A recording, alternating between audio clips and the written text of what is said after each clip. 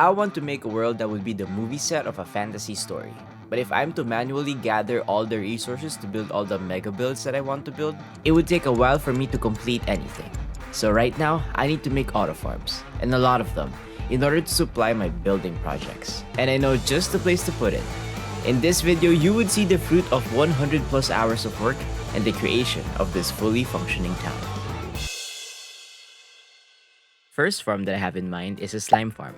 It would be hitting 2 birds with 1 stone with this one, because not only would I be getting slime balls for redstone contraptions, but I would also be mining a lot of stone, which I would be using for our next projects. To build a slime farm, I need to find slime chunks. And in order to do that, well, I need to dig out a lot of blocks. If I do that right now with only my efficiency 5 pickaxe, it would take hours. Solution? Beacons, which in and of itself is quite a challenge. It took me 60 wither skeletons on an unoptimized nether fortress to get the 3 skulls. And of course, the wither battle itself is scary. The Ender Dragon fight was nerve-wracking, yes, but this was before I had anything to lose. I already have builds, and if I die, all the time spent building, all of this would be wasted. I could cheese the fight and do it under the end portal, but honestly, that would be boring. So I geared up with everything that could help me. Potions, golden apples, and also totems, which I got by building a raid farm near a pillager outpost. Raido! By the way, I changed the skin of the totems to my skin and chat went kinda crazy for them. Look, it's us! One of them, Aries Flame, even made art about them, calling them aidlets, which looks like I was sacrificing little me's. Anyways, with that, I was ready to fight. Okay, there we go. We're damaging it pretty well. But he's like digging towards me. I'm scared. Oh wow. Wait, you're actually killing the guy. I think my heart's okay. Huh? Why was I even scared? Yeah. Honestly, it was so anticlimactic. So I got the beacon and started to dig out a large section under the ocean to try and find the slime chunk.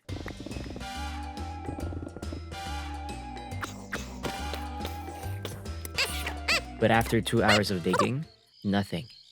No slime whatsoever. And so, me and chat decided that it couldn't be helped. We had to use chunk base, which up until this point, I was going against as it feels a little bit cheaty.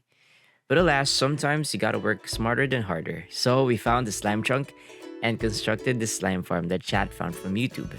And it works. Now, at the beginning of this video, I told you that I want this place to be somewhat of a movie set. And so I started to construct a ship on top of the farm where I could collect all of these slime balls. Whenever I construct something that I don't really know much of, I use references.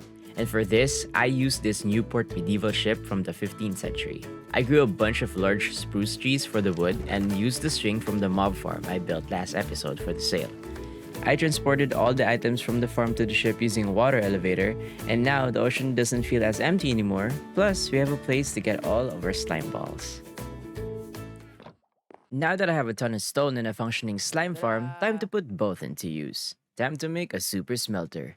And where better to put a super smelter than a blacksmith building? This build was inspired by Samantha Kung's art, which I had to flip in order to fit the terrain. I used the same blocks I've been using for the builds in this area. Acacia wood for the support poles, bone blocks for the walls, and mangrove for the roof. For the super smelter design, I used your typical hopper minecart system and also a carpet duper for fuel. Now, everything we throw in here will be smelted. Oh, look at that! I was on a roll, with 2 of the projects already completed that fast. But honestly, the world still felt empty. And I was starting to lose motivation. I'm not a technical Minecraft player. I love crazy beautiful builds that serve no other purpose but to look good. Then, it clicked. The reason why this world felt empty was because I don't have that symbol. That one thing that would say that this world was mine. And I've thought of the perfect thing. I hopped into my creative world and started to create the skeleton of a giant statue. You see, as I'm building in this world, I've already thought of some aspects of the story I'm about to make, and this statue would be the perfect symbol. Not just for the characters in this story, but also for me. With the statue done in creative, and I was pretty happy with how it looks, I had one problem. How am I supposed to copy this block per block in the hardcore world? This is when I discovered Lightmatica, which allows you to copy a build on one world and paste it as a schematic on the other world, and you could follow it block by block. I built it on top of a platform, which also served as the cover of the Iron Golem farm. For me, this statue symbolizes two things: the orb of creativity and the flame or torch of passion. With this, I was ready to build more farms. I extended the platform of the statue a little bit and made the stage where we would put the town square and port area. And since we are probably going to make more ships and market stalls, we would need a lot of wool. So, next up on our list is a wool farm. Okay, this wool farm building was easy to make. You know it's not easy? The redstone underneath it. I tried to fit a lot of item elevators in a small area, which is a recipe for disaster. There shouldn't be any power coming. I had to use most of my brain cells in order to make it work. And not only that, but I ran out of cobblestone and nether quartz.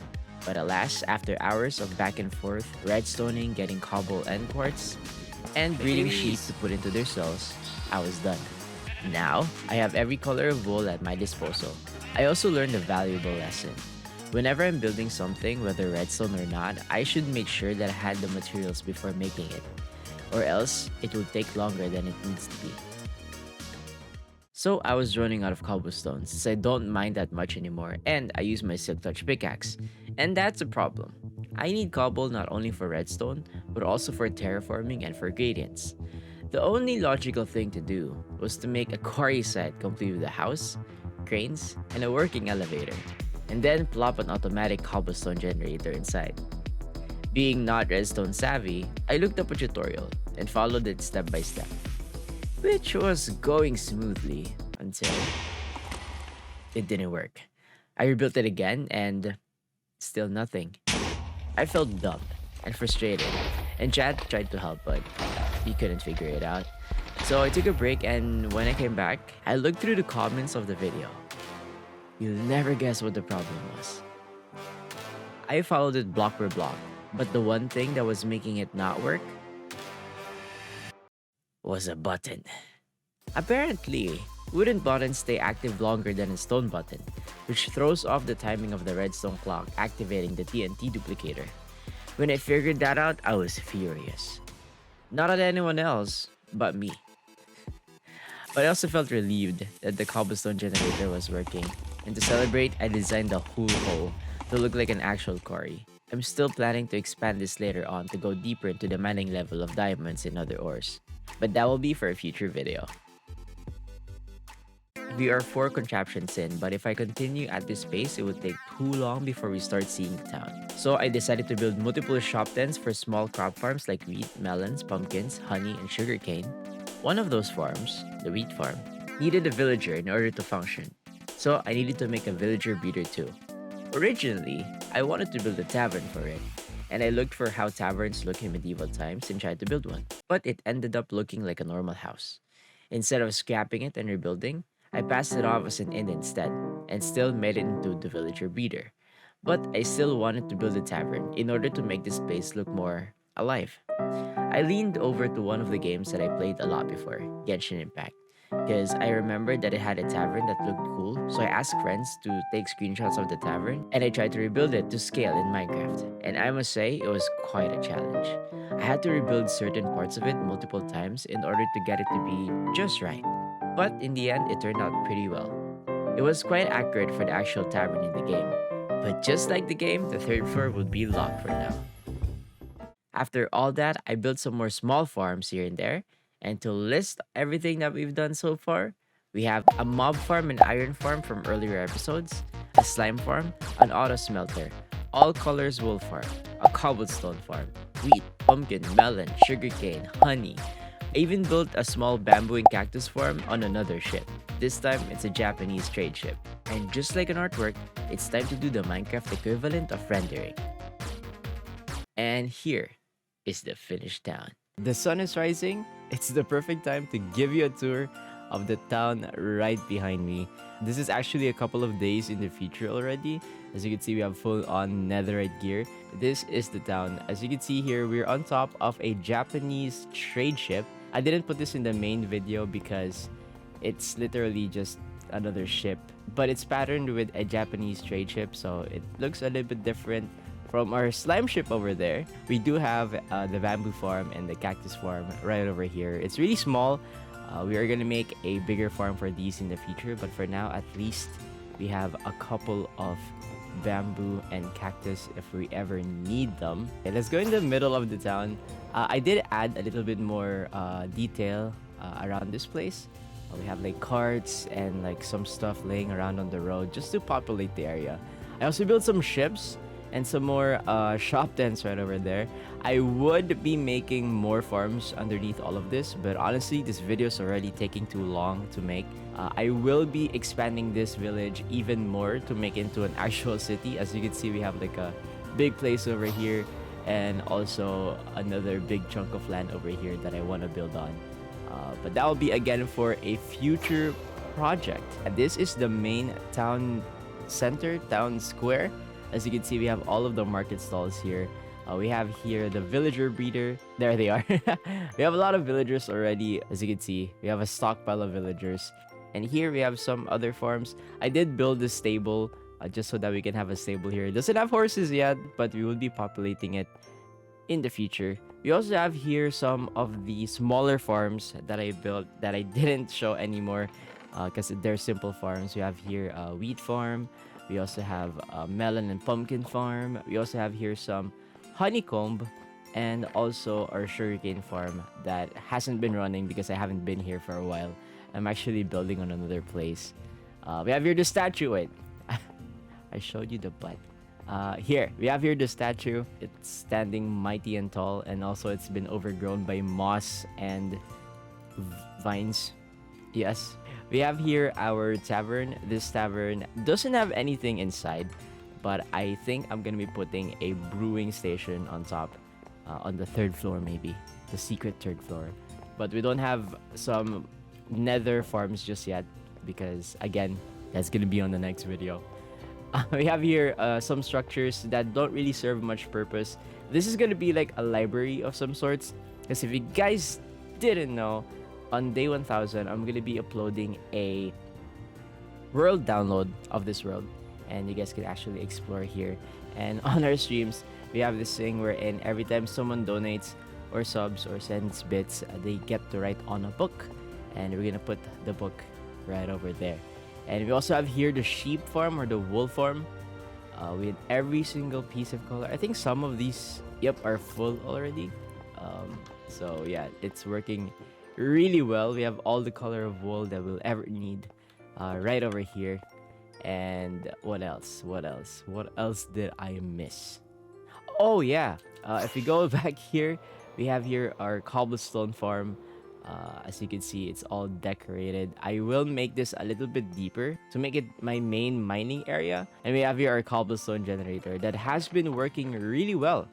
I could literally just flick this lever and click this button and it will start. There you go.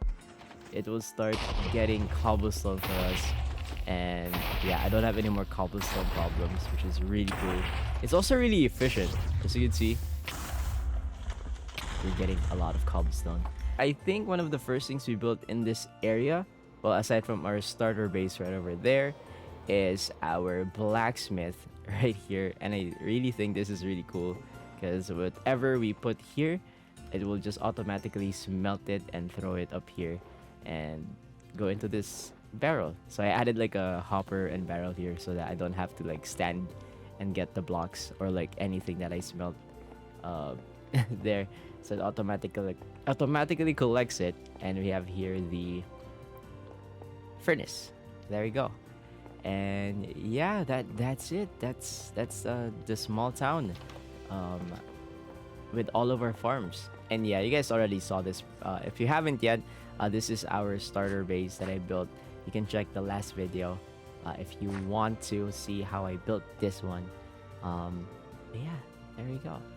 Now, this town doesn't have a name yet, so if you have any suggestions, comment it down below, please.